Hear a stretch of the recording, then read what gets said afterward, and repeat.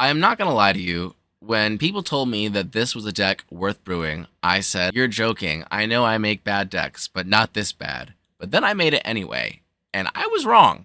This deck slaps.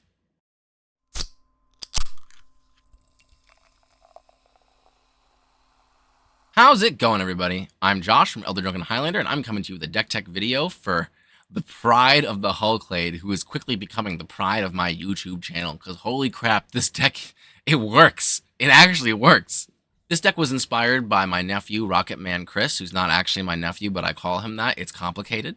Basically, he told me to build this deck. He said, "You would like it." And I said, "I don't know. It looks pretty casual. I don't think it could be cEDH viable, but I'll build it anyway." And then I did, and I was wrong. The Pride of the Hull Clade is a legendary creature, Crocodile Elk Turtle, that costs 10 colorless and a green. It costs X less to cast, where X is the total toughness of creatures you control.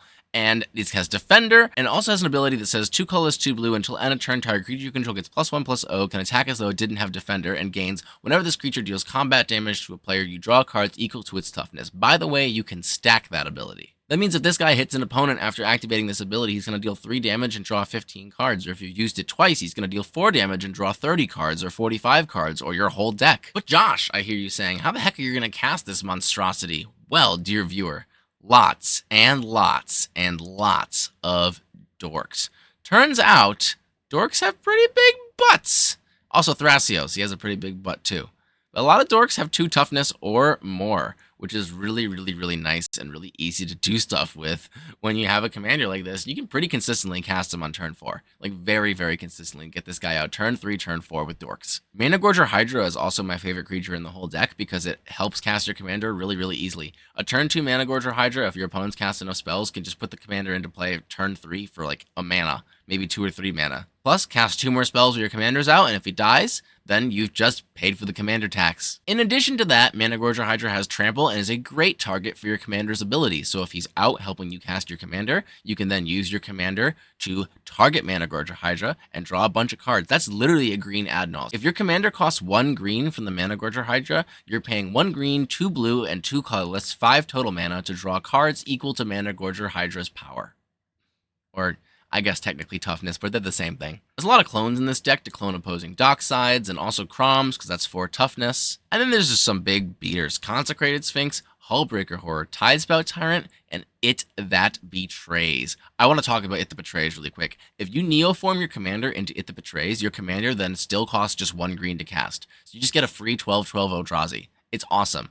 Birthing Pod's in here too for similar reasons. It's nice just to be able to go up the chain, take a 1-drop, turn it into a clone, take a 2-drop, turn it into Manglehorn or Eternal Witness, take a 3-drop, turn it into a clone, but also being able to turn your commander into an It That Betrays is awesome. It That Betrays, besides being a gigantic Annihilator beater, prevents opponents from winning with sacrifice-based combos. So sacrificing a Lion's Eye Diamond to your Underworld Breach combo does not work, you loser. Ha! Eldrazi stacks piece. But like I said, the main purpose of this deck is to draw a bazillion cards, and we do that in a number of ways without just using the Pride of the Hull Clan's ability. We also have this thing, which says draw 11 cards if your commander is out. Again, 1 green, 2 blue, 2 colorless, draw a bunch of cards. It's green ad nauseum. And Rush of Knowledge, which is just 1 more mana to do the same thing. In addition to that, we have 2 really sweet payoffs for our commander.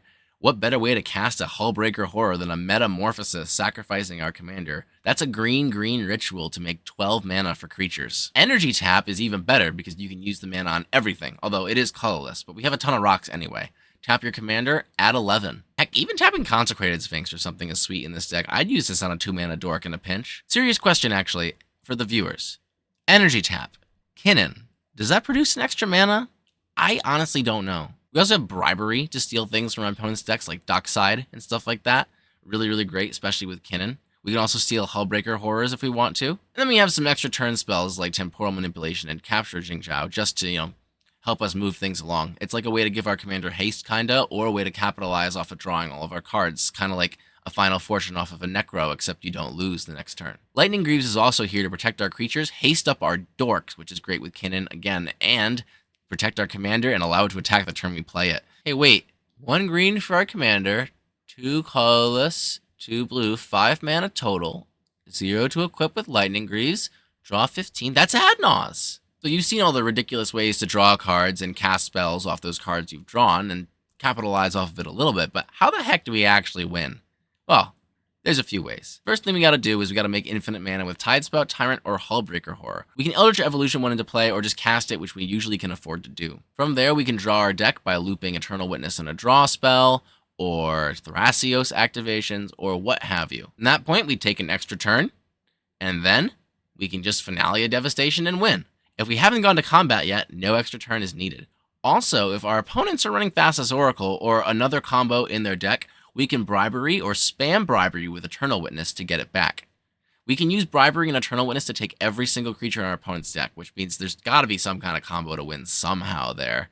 If not, an extra turn will suffice. We can be sneaky about this too. We have Crop Rotation and Born Upon the Wind. Crop Rotation gets Gaia's Cradle or Emergent Zone to give our things flash. Born Upon the Wind does the same thing.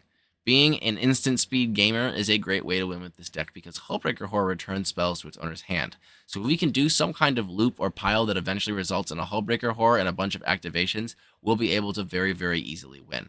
One of my favorite things to do is have Hullbreaker Horror and Tidespout Tyrant to bounce all of our opponent's lands and spells, leaving them with nothing. We're pretty light on interaction because heck it, we go fast. I am just trying to basically not die long enough to go off with my combo, and then most of our cards are creatures, which means that they're not going to be countered anyway. Let's just try it out. Let's see how it does. Would help if I hit the right button. I don't know. Turn 2, not good enough. All right, this is a second 7 worth keeping. We got lands, we got creatures, we got Thrasios. Let's get it. Find ourselves a tropical island. Cast Finehorn Elves. Pass the turn. Let's go Shock in the Seagate. Talisman. Thrasios. Passios. Alright, we have mana for Thrasios. We didn't draw a land, which is very, very sad. Our commander's cost is reduced by 4 right now, so we cost 7 mana. We can't cast him. We could Invasion of Ikoria. Get ourselves a 2-drop. What 2-drop will we even get? Let's see. A clone? A clone could be good. Especially if there's like a Crom or something on the battlefield. I think that's what we go for. It's turn 3. There's probably like a Crom or something. Let's assume, I don't know, Crom or Tivit. There's probably one of them. If it's a Tivit, I'm definitely taking that. Let's flip a coin. Heads is Tivit. Tails is Crom. That's how we'll decide this arbitrarily. Oh, we got a Tivit. Okay, so we're gonna Invasion for 2. Go get let's see, Flesh Duplicate. That's what it's called. Even though it's got Vanishing, I think we're gonna end the game before the Vanishing runs out, and I don't want our Tivit to get destroyed because it'll go through the ward with the Fimage. We get a Tivit. Everyone's going to give us clues because they're not stupid. We'll get 2 treasures. I'm too lazy, so the City's Blessing will be a treasure, and Day and Night will be a clue. There we go. We have 3 clues because our opponents are smart. We have 2 treasures. There we go. And we're going to pass. Go to turn 4. Eldritch Evolution. That's hot. Okay, we have a plan now. So first, do we want to cast Commander? So 6, 7, 8, 9, 10. Cast Commander. Let's go, nah, we'll just draw 6. So we'll go 1, 2, 3, 4. Activate our Commander. Attack someone for 7. Draw 6 cards. Oh, here we go. I'm glad we did this. Okay, we're going to get 2 more treasures and 3 more clues. And then, what do we want to do here? We can play land. That's great. We can draw 11 cards. Yeah, I think that's what we do. So let's go get Breeding Pool.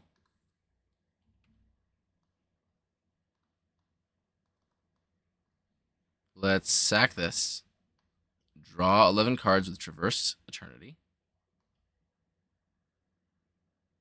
I have an 11 mana Historic Permanent.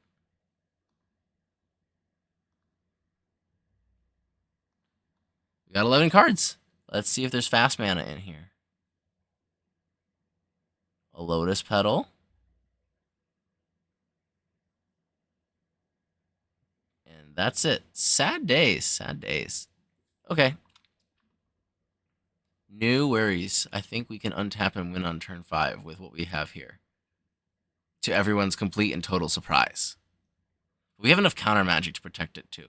So let's ditch this. We don't need this. Keep that. Play this. Ditch this. Ditch this. Ditch this. Don't need... Nah, just in case, let's keep that for now. We'll try not to discard interaction.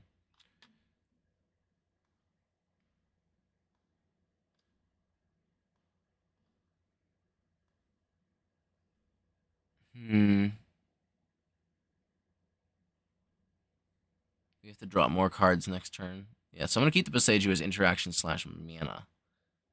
We don't need Finale, I don't think. Yeah, we have Eldritch Evolution. And we don't need Neoform. And we don't need Born Upon a Wind.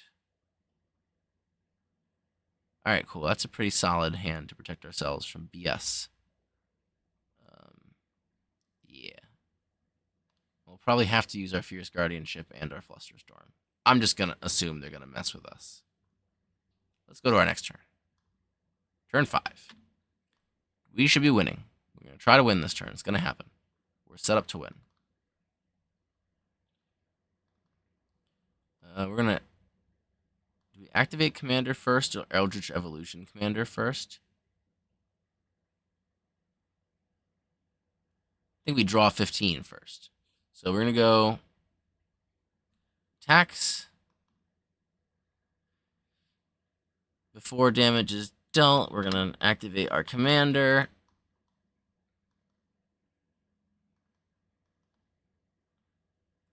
And then we're going to draw 15.